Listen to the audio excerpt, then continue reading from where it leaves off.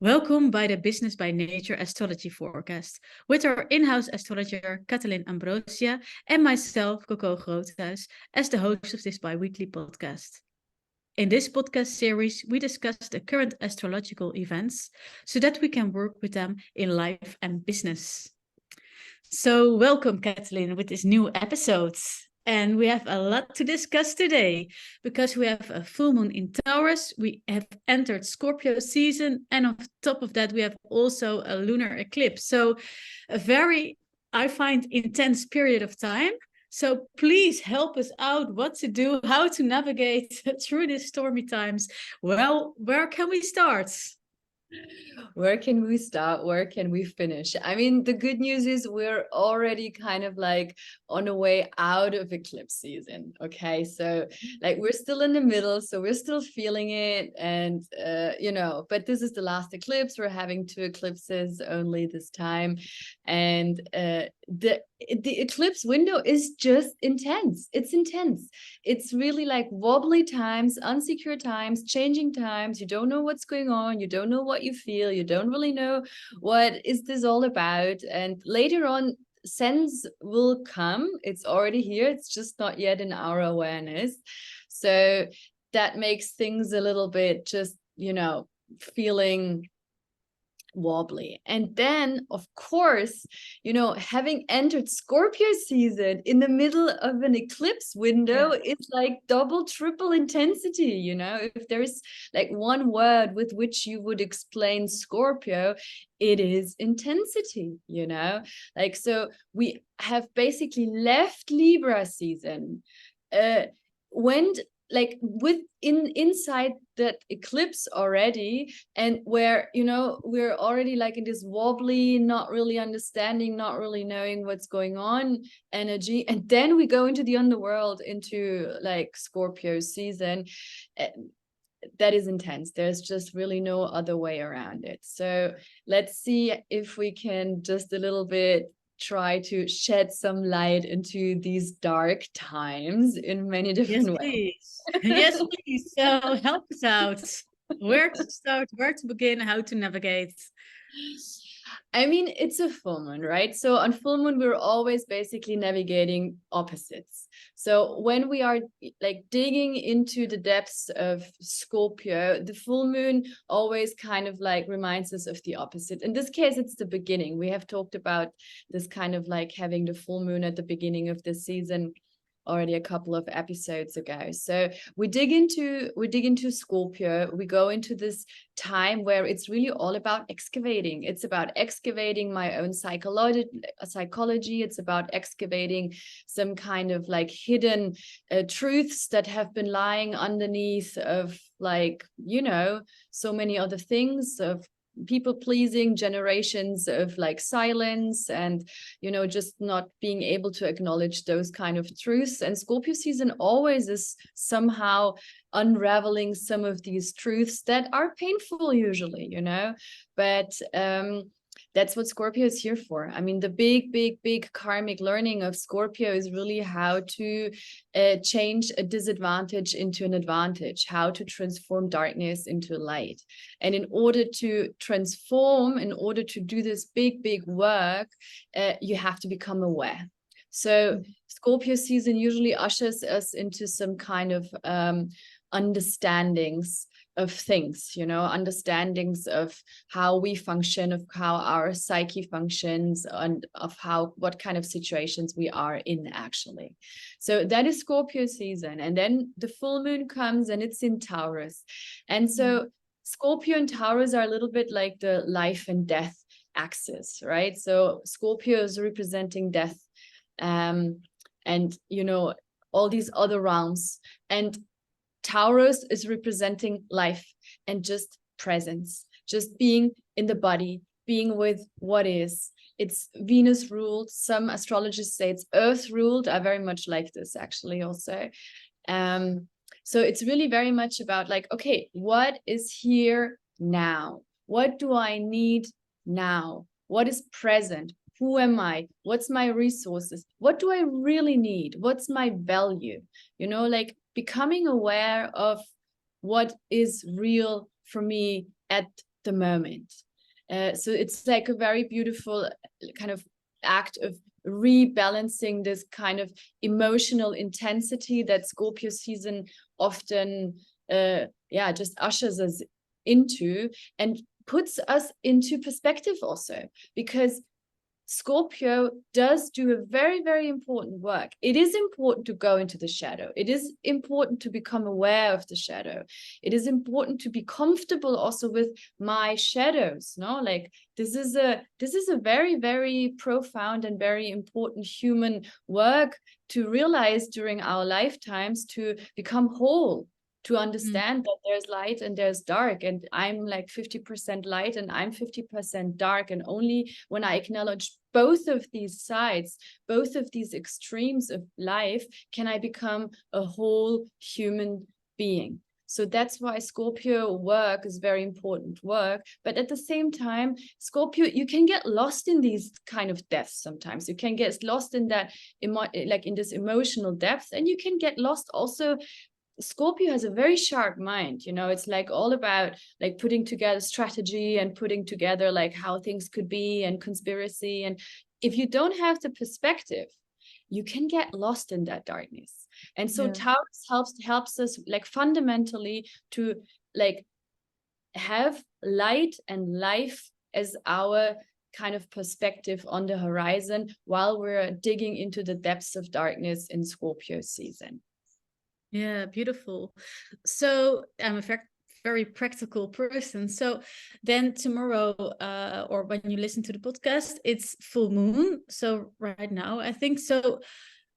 How can we use then this like Taurus energy, this light energy?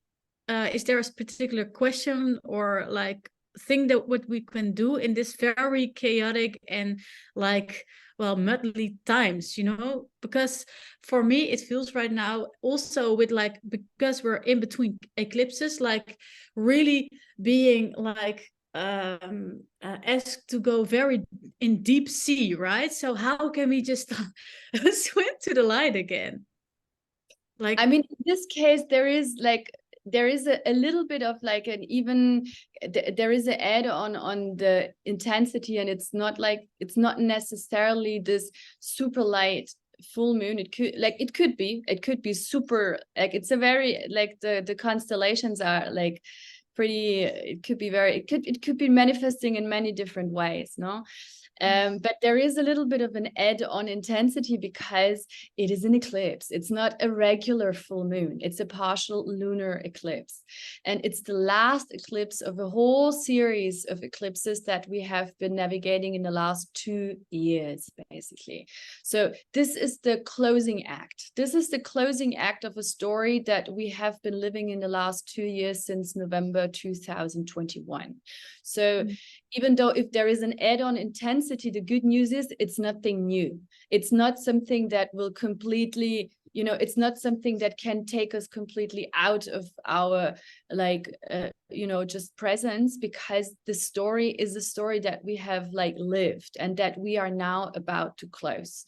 And that is, I feel, the very good news. We have journeyed something. We have journeyed some understanding, and we are about to like graduate from 2 years of learning Taurus values and like learning high vibrational Taurus values and unlearning low vibrational Scorpio values. That's what eclipses are about. No, it's always in opposition, and it's always one energy that goes and then another, and makes space for another energy to come in.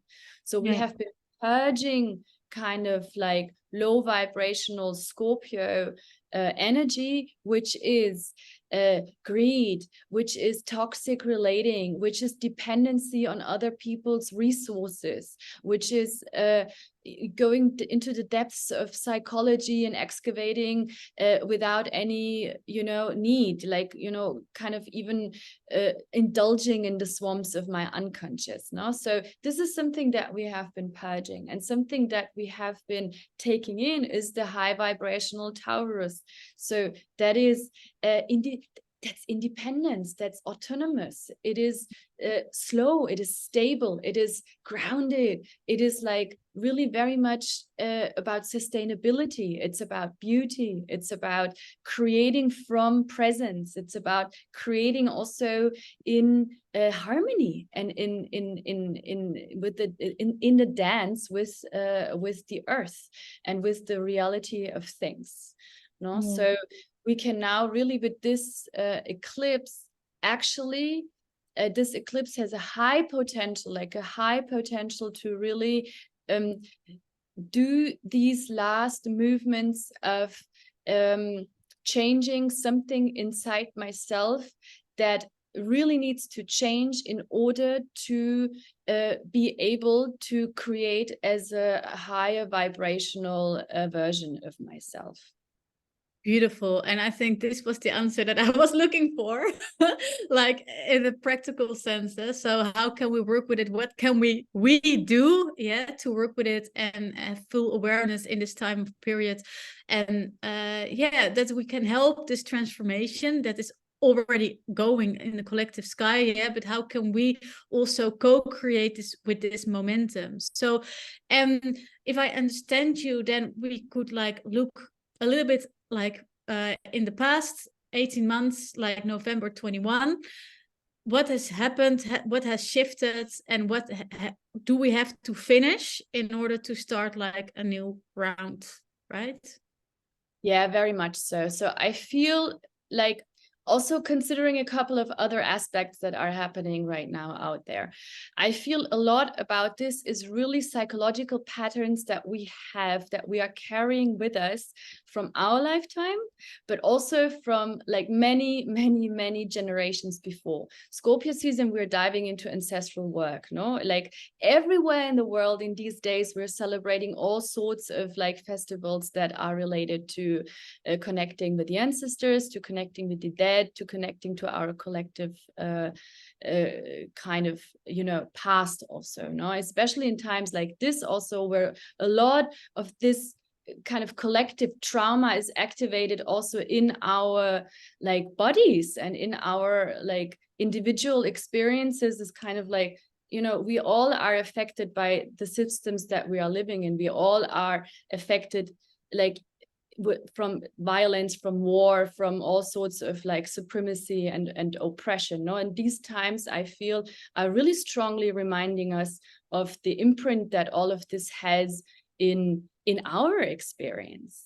And I feel the invitation here is really to purge very consciously the mindset that I have that contributes to the bad in the world that we are observing, because we are all part of this, and we are all kind of like, we have the chance right now to consciously choose. It's a full moon, we are in the opposition, there is a choice to make, you know, there is really a learning to integrate, where I say, okay, I let go of war mind, I let go of scarcity mind, I let go of the idea that I have to depend on someone, that someone has to depend on me, that I have to suck resources of someone else, but to really ground in the positive like Taurus values of like, who am I? What do I really need? Like really, what's my actual values? Where am I using too many resources? Where am I abusing the generosity of the environment, of the nature, of my neighbor, of a system or whatever? And to really come into the awareness of like, what is my true desire? What is my true need? What is my motivation of creating in this world? And becoming aware of all of that, and becoming an autonomous person that thinks about sustainability, that thinks about, and that is home in the abundance of the world and the nature that we are truly living in, not to come in harmony with these values very much, and creating out of that space of compassion and of understanding that we are only just one in a network of so many others, and how can we actually live in harmony, in sustainability with all the creatures around us. So it's really, really pivotal times, I feel, when it comes to becoming aware of what am I creating, why am I creating, and what do I actually need as like, you know, as like economical resources in order to live. Yeah, beautiful. And what I also find beautiful, because for me Scorpio season is also about like rebirth.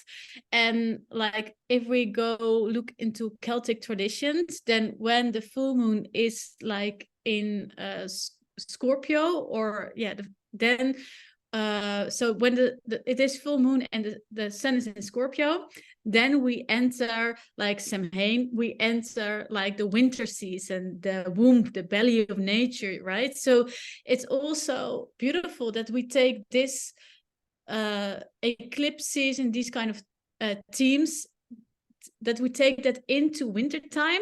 So into going towards midwinter, going inwards, and really reflect on our dreams and our wishes also already for next year, when we can just really like find the right seeds and the right sprouts to flourish, right? So it's also a very beautiful time, I think, not only to do the work and take these questions for this weekend and for this this moon, but also for just a little bit into the future, like, okay, what do I want to create now, and into the future for my next year, the work that I want to create next year, like how does it look like and how sustainable, and with the network. So I think that's a beautiful a little bit of homework that we have to do in order to be even better creators and more healthier creators.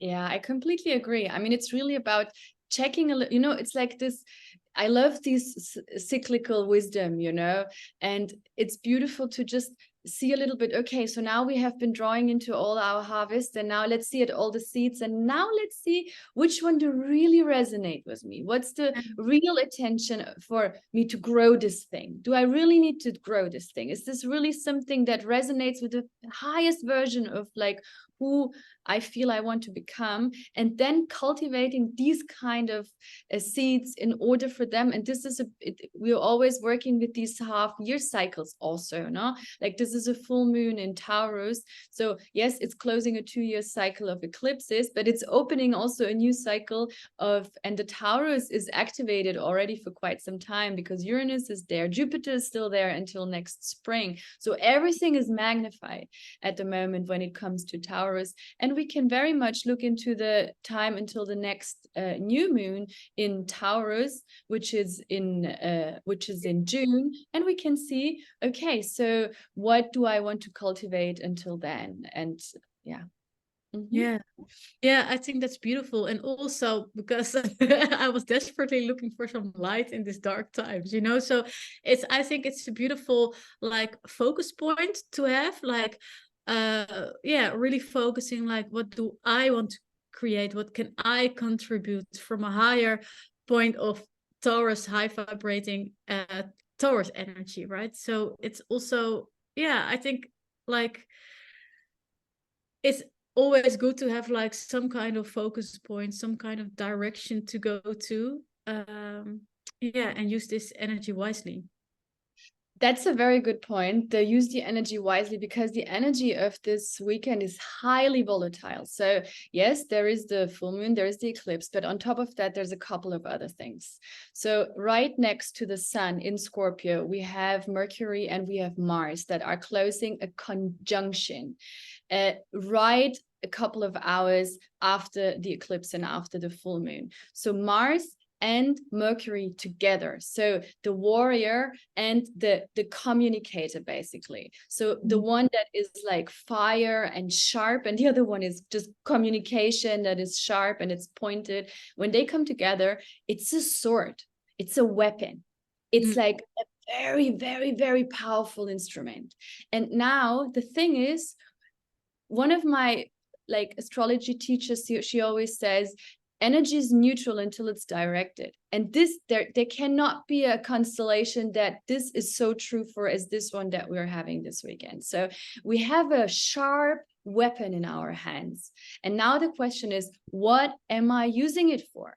I can point it at someone else. And this energy is perfectly possible to be pointed at someone else because it's highly, like, it's volcanic, you know, it's like on a full moon eclipse right next to the sun in Scorpio, where, you know, where Mars is at home, and it's dangerous, you know, like you point it at someone else, you can really hurt them, especially when it's in Scorpio. Scorpio doesn't tell you, but he comes up after 10 years and he takes out that sting. So the potential to really, really cause harm is great, actually. But at the same time, the potential for healing is just as great as the potential for harm, because you can take that sharp knife and that sharp sword, and you can actually point it towards that thing that is maybe inside of you, and you can finally take it out.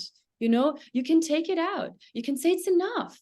It's enough. I don't want to have these fears anymore. I don't want to carry on the story from my ancestors about war and about poverty and about scarcity anymore. I don't want to carry that story of, oh, my neighbor, maybe he has more than me. It's all about really this full moon, more than asking us what to create. First of all, it's about what to let go of, what to let go inside of me, so I can take these lessons that I have been learning in the last 2 years and finally really apply it. We have Jupiter also in opposition to the sun right next to the moon that day. So there is a magnification of everything that I have just said, but there's also, like, you know, those protective, like, you know, wings of the fairy godmother, the Jupiter, you know, who says, okay, so now there's actually the possibility and the chance, the path is open for us to really take in the learnings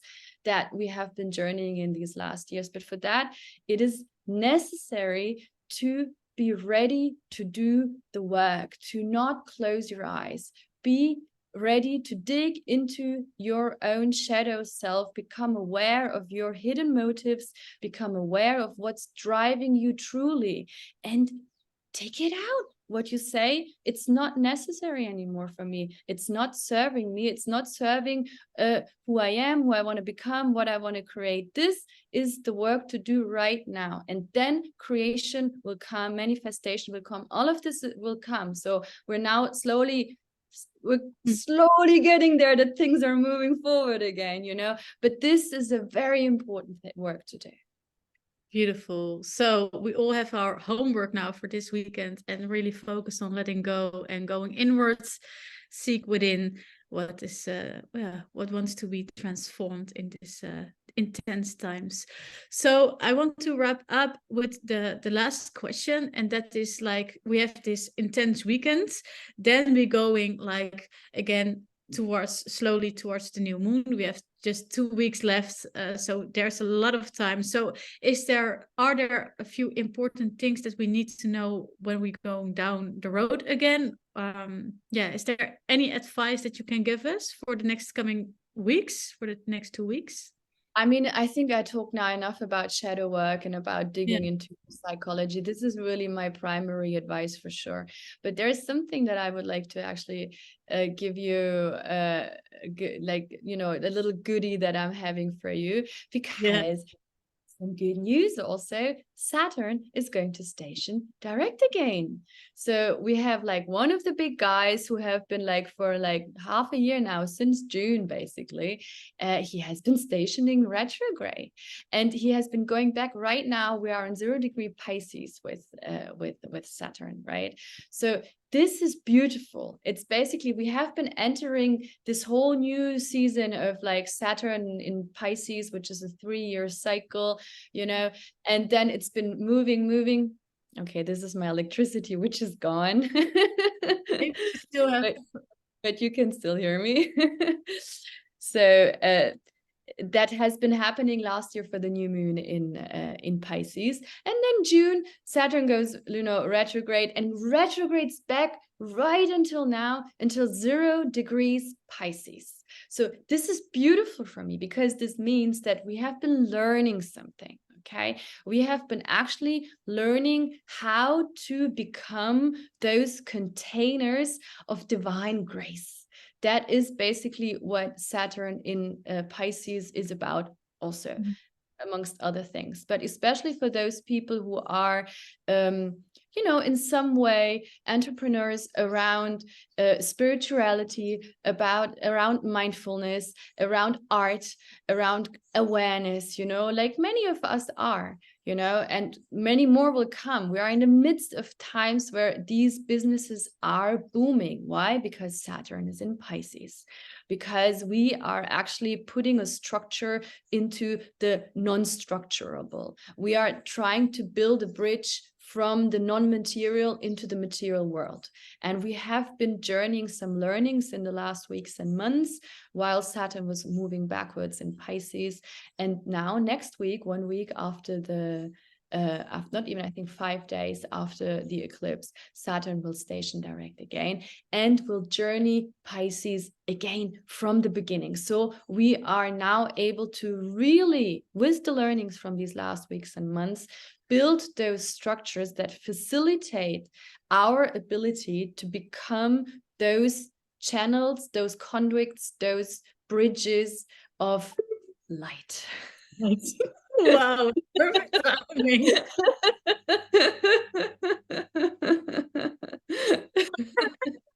Yeah, that is magic. So that oh yeah, so that's a lot of beautiful information and a lot of relief, I think, for a lot of us.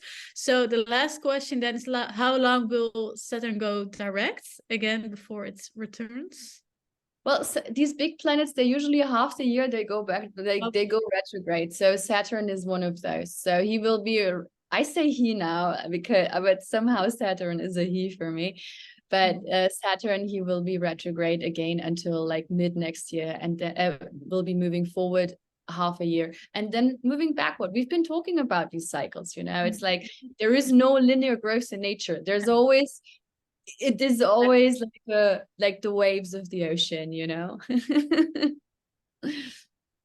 Yeah, so thank you very much, Katalin, for your very beautiful advice and wisdom today. And I think we can work with it. I think we have like a beautiful couple of, well, deep dive in work to do, like shadow work, and at the other side there is like light at the end of the tunnel, and we also have vision, direction, and knowing that we can go forward again after this turbulent time. So yeah, a lot of homework and still also some relief, letting go, and creating a new version of ourselves by making space again. Yes, exactly. Thank you very much, and we speak to each other next time. Yes, thank you very much. Have a lovely time.